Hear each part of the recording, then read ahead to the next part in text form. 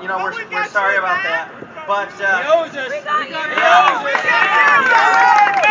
what's important though is that you all showed up here and not the Dick Army didn't, because it's great to have you out here. This movement is built on you and you showing up to tell the people in that building and the people in the U.S. Congress that they need to listen to your voices. Get closer to the mic. Go for it. Now, Dick Army also does want to know how many of you showed up today.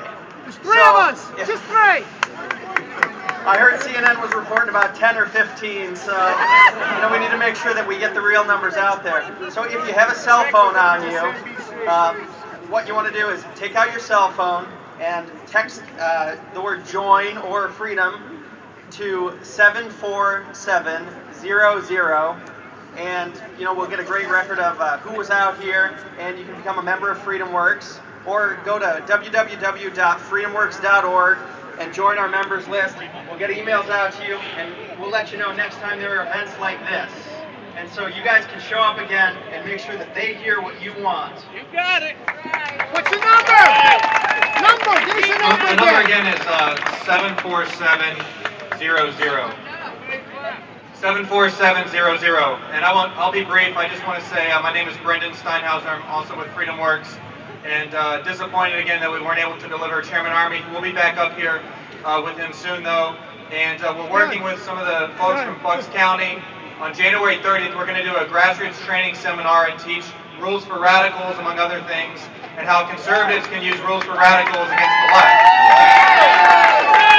So that's January 30th. We'll be working with the Kitchen Table Patriots, FreedomWorks, a bunch of other organizations to do that.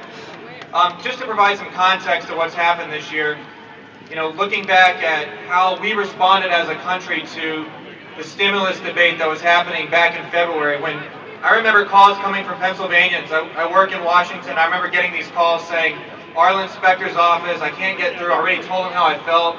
I'm going to send emails, I'm going to send faxes, and they kept doing that. I kept talking to people from Pennsylvania who were disappointed that they couldn't get through.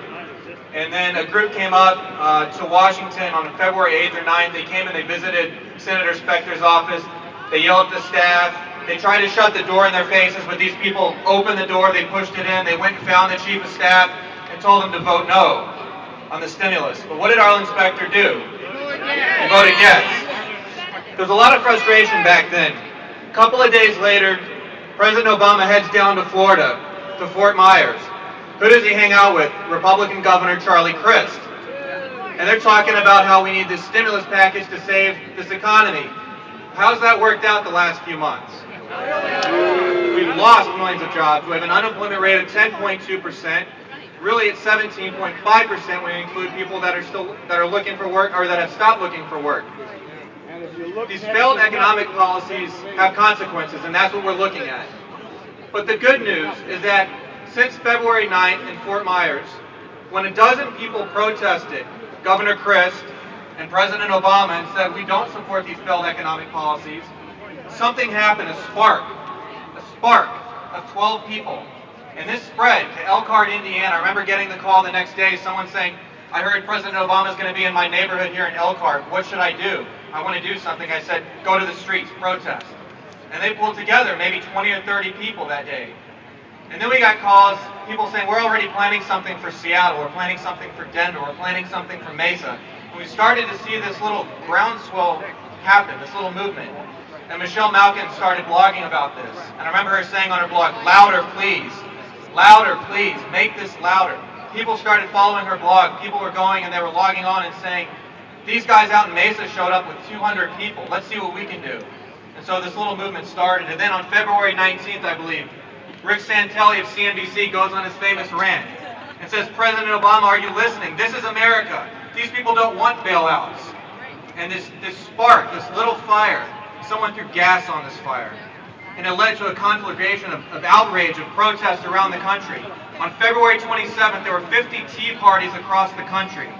There was one in Philadelphia, there was one in Washington. We only had a couple hundred people. But what happened is the people on February 27th, the 30,000 or so, started to organize and they started to grow their ranks and they started to plan bigger tea parties. So the next tea party is on tax day, April 15th. we're somewhere around the neighborhood of 1 million people showed up on tax day, April 15th. How many people were there on April 15th?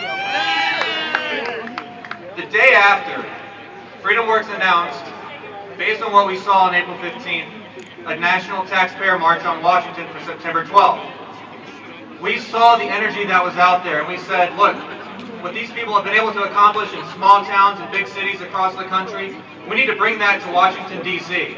And we did. And how many people showed up that day? So thank you all for coming out and being a part of that.